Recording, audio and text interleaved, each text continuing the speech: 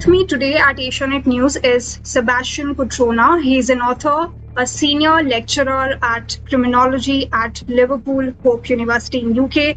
He has also done extensive research in organized crime, drug trafficking, policing, and Latin America. Thank you so much, Sebastián, for speaking with Asianet News on this very important topic of drug crisis in Latin America. Thank you, Hina, for the invitation. I'm happy to have this conversation today. Right. So, Sebastián, I really want to keep this conversation focused on one of the most infamous drug cartels, which is Sinaloa drug cartel. Why this particular region in Mexico? Why not any other region? What is so special about this region that so many, drug lords are operating out of this place? Well, there is a kind of geographical trap for Mexico in this regard. Mexico is placed next to the biggest cocaine market in the world, the most lucrative market in the world. So Mexico works as a key territory for the cocaine that is produced in the Andean region, especially in Colombia, to a lesser extent Peru and Bolivia, and is trafficked through Mexico towards the United States. So the geographical position of Mexico makes the country a key territory for the drugs trafficked to the United States. With one additional problem. Unlike the past, where most of the drugs were produced in the Andean region, largely cocaine, now Mexico also manufactures fentanyl, which makes also Mexico and the territory a key point for the drugs entering the biggest fentanyl market in the world, which is the United States. So is it because of the vegetation that we have in Sinaloa, or is it that all the instruments or the equipment that is needed to process these synthetic drugs? One of them, of course, fentanyl, is located in Sinaloa. Mm-hmm. Well, unlike cocaine, fentanyl is a synthetic opioid, meaning that you do not need any vegetation. You don't need a climate, benefits. You don't need any environmental factor affecting the production. You only need a laboratory and the knowledge, and of course, the inputs to manufacture fentanyl. So, unlike the case of cocaine, that is largely, if not entirely, produced in the Andean region, where you do need the vegetation, where you do need the climate, the altitude, and other factors shaping production, to manufacture fentanyl, you only need a laboratory, the knowledge, and some of the chemical precursors to produce it. So Mexico, with some prior knowledge in the production of another synthetic drug, which is methamphetamines, knows very well, those criminal organizations, of course, knows very well how to produce fentanyl. And this has accelerated, particularly after 2019, when China imposed restrictions. Before 2019, the manufacturing of fentanyl was almost inexistent in Mexico. That measure, adopted by the Chinese government as a result of pressure from the United States, moved part of the manufacturing process from countries like China to Mexico, with again prior knowledge on the production of other synthetic drugs like methamphetamines. If you add to that scenario the fact that most of those organizations have the logistic and the capability to transport and to traffic drugs, that becomes the perfect scenario for a crisis like the one that is happening today in the United States. China still remains one of the places where these chemicals are imported from.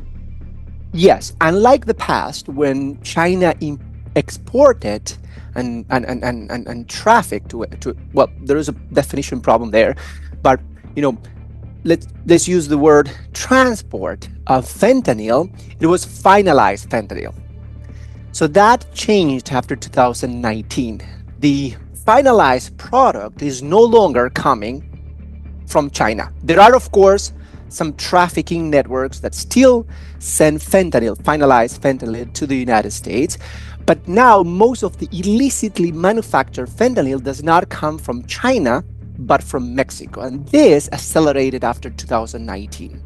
However, as you effectively mentioned, some of the chemical precursors and the chemicals needed to manufacture fentanyl come from China. Across the border in United States, the drug has already infiltrated in huge amounts. And of course, it is not only the drug crisis now, it is also the repercussions of it. For example, violence, economic mayhem, and of course, the corruptions where, you see reports how US officials also sometimes touted to be functioning hand in glove with these drug lords. How deep is the nexus which is there in United States, and what all cities you see that there is a big issue? And of course, adding to that, is fentanyl also being produced inside the borders of United States? First of all, let me say that I don't think that there is a so-called infiltration of some of the US cities or even the government in the United States by the Sinaloa Cartel. That's something that I want to clarify from the very beginning. Are there associates of the Sinaloa Cartel or other criminal organizations like the Jalisco New Generation Cartel in the United States? Probably yes. Are they structured as an homogeneous or well-organized group that can threaten or infiltrate the United States? I don't think so. Unlike Mexico and other Latin American countries, at least at the local level, the US has relatively strong institutions and effective law enforcement. So I don't think that infiltration is a possibility in the United States. Why do we see this narrative suggesting that there is a cartel invasion in the United States and that the United States is going to suffer some of the consequences that Mexico has witnessed in the past? I think that political elites in the United States, especially under this administration, are very effectively securitizing drug trafficking, presenting it as an existential threat, largely with political purposes. Finding, and we don't have to forget this, finding an external enemy has been an inherent feature of the United States politics since the foundation of the country. So I don't see here a difference from what happened in the past. But those cells, those individuals that operate in the United States do not have the capability to either produce or manufacture drugs within the territory. And most importantly, I don't see those cells with the capabilities to threaten the state or to infiltrate the state. Strong institutions usually limit those types of situations that we do see in many Latin American countries. Right. But how does these drug cartels actually function? I mean, what sort of structure do we have? I mean, from what I've read, I'm given to understand that they are mostly decentralized, semi-autonomous, groups functioning under a cartel, so that you don't have to take commands from a central, entity and do a lot of back and forth. So that is why they're also able to evade arrest so far. I mean, not major crackdown we have seen in the past. So well, that is totally correct. Most of these cartels, if we focus on the case of Mexico, are not hierarchical organizations like the Colombian Medellin cartel, or to a lesser extent the Cali cartel that were operational during the 80s and early 90s in Colombia. If you think about the experience in the past, those hierarchical organizations actually ended up, when the US law enforcement, together with local police forces, chopped the head of those organizations were dismantled. So we no longer have the Medellin or Cali cartel after, Pablo Escobar was killed in 1993, or the Orejuela brothers were imprisoned in the mid-90s.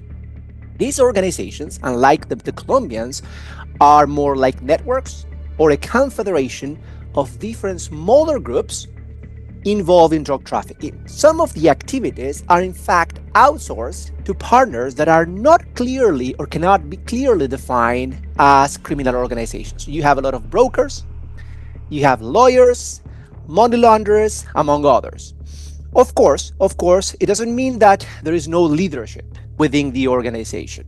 That confederation usually has some point of leadership that allows the organizations to coordinate the activities that make possible that cocaine produced in the Putumayo in Colombia arrives to New York in the United States. There is some level of coordination. If you want to think about the biggest criminal organization, the Sinaloa Cartel, there are two major factions that actually have some kind of leadership within the organization.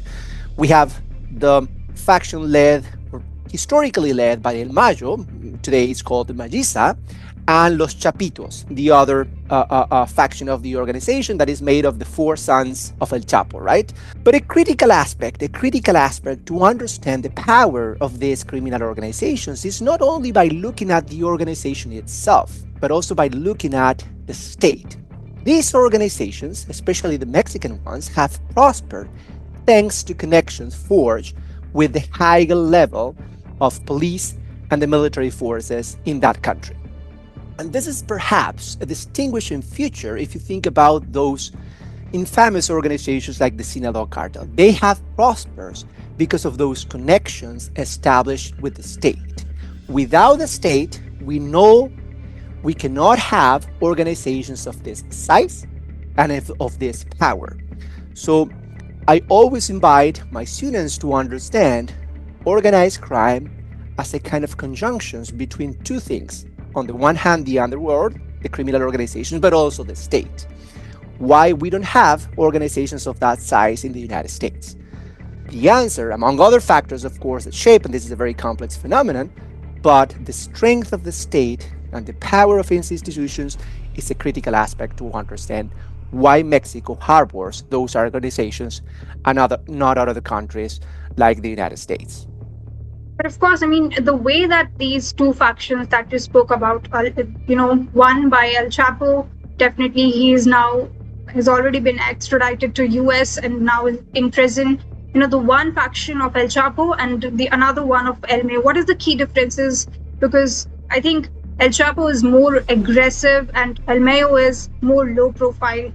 So it's very contrasting. How do they function? Well, historically, especially when both of the leaders cooperate, and we have to understand that before the imprisonment of the Chapo and the Chapitos taking control of the organization, and especially after this alleged event where one of the sons of El Chapito put El Mayo in a plane and then handed to the U.S. authorities. But before that, both leaders of the organizations cooperated. We have to understand that. It is true that historically El Mayo has been perceived to be less violent, relying more on corruption, whereas El Chapo exerted more aggressive leadership within the organization. Some specialists argue that these two type of leadership futures made the organization a very powerful criminal group. You have corruption on the one hand and more kind of soft power on the one hand, and on the other hand you have a strong arm that uses violence to impose respect among other organizations as well. Today, however, I would say that there are not many differences beyond that generational aspect. And the generational aspect is also key here. We have the Chapitos being the younger faction of the organization, and then the Majiza with older leaders of the organization. Each of those factions, regardless of if we are talking about the Chapitos or the Majiza, of course, control armed groups that they use to have control over the territories and sometimes conquer other territories. For example, los Chapitos have associated with groups like Los Ninis, Gente Nueva, whereas El Mayo collaborate with Antrax and Los Rusos, just to mention a few examples. So we do not have an homogeneous organizations, but rather factions that have subgroups inside to control the territories. Regarding the drugs, and this is perhaps where another difference can be highlighted, there seems to be evidence that indicate that Los Chapitos are more involved in fentanyl manufacturing compared to La Majiza, which seems to be more involved in cocaine trafficking and manufacturing of methamphetamines. What all strategies Mexico is adopting in order to clamp down on these groups. Of course, given Trump's threats of tariffs, Mexico is trying to be more, cooperative with United States and talking about extraditing more people to United States, deploying more troops. But exactly what can happen on the ground, because this issue seems to be plaguing the country for a very long time. What exactly Mexico can do under the presidency of Claudia Sheinbaum to actually tackle this issue? Well, the president has been very active, especially after the U.S. pressure was so evident during the last couple of months. The president appointed Omar Garcia Harchev, which is the Secretary of Security, to coordinate law enforcement strategy on the ground. So he sent the Secretary of Security to Sinaloa to coordinate the security initiatives against those organizations, right? Especially the Sinaloa Cartel. She deployed more than 10,000 troops to the northern border. That happened after Trump threatened the Mexican state to invade or to send military troops or to impose new tariffs against the Mexican government. And most importantly, and this is a kind of big difference with the past, she extradited 29 criminal leaders of the most notorious criminal organizations that have ever existed in Mexico. And we can name here the case of Rafael Caro Quintero, the former leader of the Guadalajara cartel, Miguel and Omar Ángel Treviño, who were the leaders of the Zetas in the past. Are these measures enough? Are these measures enough? Well, I see this as a transnational problem. So probably this may not be enough to actually counter the power of those organizations with demand in the United States. And when I talked about demand, I'm mainly talking about fentanyl being stable. Overdoses have decreased, slightly decreased. Cocaine overdoses are increasing. So demand seems to be increasing in the United States. But with demand stable in general terms, prices extremely high, the economic incentives for criminal organizations in Latin America, let's talk about Mexico in this case, where state institutions are weak, are endless. So as long as these opportunities are there, I do not see a rational alternative for those criminal groups. I do not see a rational alternative for those criminal groups. Unfortunately, unlike the past, we see an international scenario that is different. And when I say different, it's an international scenario that is mostly focused on the supply, that rejects assistance as a way to promote institution building, to create alternative opportunities, but rather uses the harm, the power of the state, in this case the military, to confront criminal organizations. And this is a failed strategy. This is a failed recipe that has not worked in the past, and we seem to be repeating over and over in Latin America. Working, because if you impose tariff on Mexico, then of course there will be economic chaos in the country, there'll be more unemployment, and then there will be more recruits. So is it even, going to tackle the issue at all, the Trump tariffs? It's a counterproductive. I think that you said it very clearly. It's a counterproductive with unintended consequences strategy. Why is it counterproductive? Well, the Mexican economy relies extensively on what happens in the United States, right? As a way of, place the products of the Mexican companies and production in general from the country. So those tariffs, if finally imposed, are going to harm severely the economy in Mexico. With an economy that is not prospering, the incentives for individuals to join criminal organizations are going to be higher. Because a critical aspect that I think that I mentioned the word and the term war on drugs when referring to Trump's strategy. It is true that Trump is applying a revised version of the war on drugs, but there is a difference. There is a difference compared to the past, which I think is going to have enormous consequences in Mexico.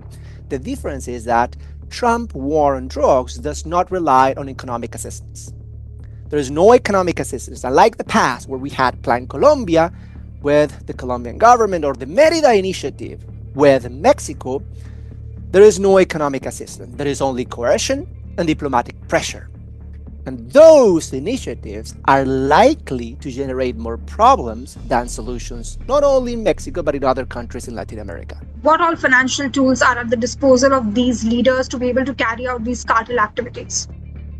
Well, all the resources coming from these organizations were originally coming from the underworld, meaning that those criminal activities provided a lot of cash to these criminal organizations. However, these criminal organizations cannot spend the money as soon as they receive it from those who buy the drugs, from those who supply the drugs, and so forth. They need to launder that money. So many of these criminal organizations, all of these criminal organizations also relied on money launderers who are the ones in charge of putting the money out of the underworld into the legal economy. This is how these criminal organizations have used the money to infiltrate both politics and the illicit economy.